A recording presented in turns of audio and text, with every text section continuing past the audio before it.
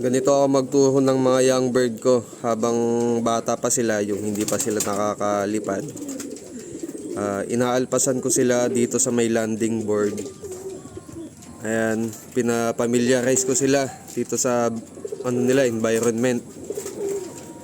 Yan, mga kahit maghapon sila o kalahating araw sila nandito, basta hindi sila nakakababa o walang mga predator dito sa paligid, hinahayaan ko lang sila dyan.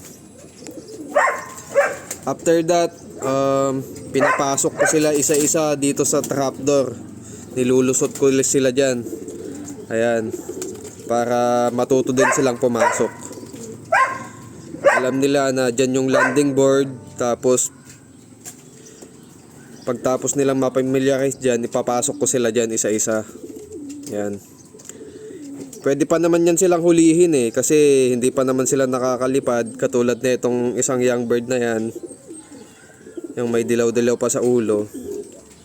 Basta tumuto ka na sila guys, pinapamiliarize ko na sila dito sa landing board. Itong mga to kasi, yung mga brown na yan, nahuli sila kasi nagkasakit, ginamot ko muna. Pero yan mga yan, hindi pa sila nakakalipad. Ayan. Ginagawa ko yan at least 3 to 5 days. O kaya hanggang hanggang sa nakakalipad-lipad na konti, ilalagay nyo muna sila dyan sa landing board. Ayan.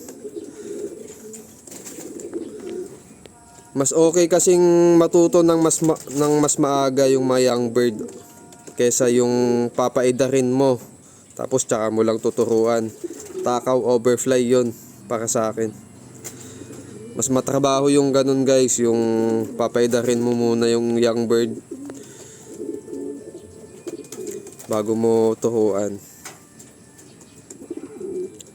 Mas applicable nga sa akin to yung ganito, yung hindi pa sila nakakalipad, tinitraining na natin sa landing board. Ayun lang guys, hindi na yung mga ibon ko, nagkarondahan pa.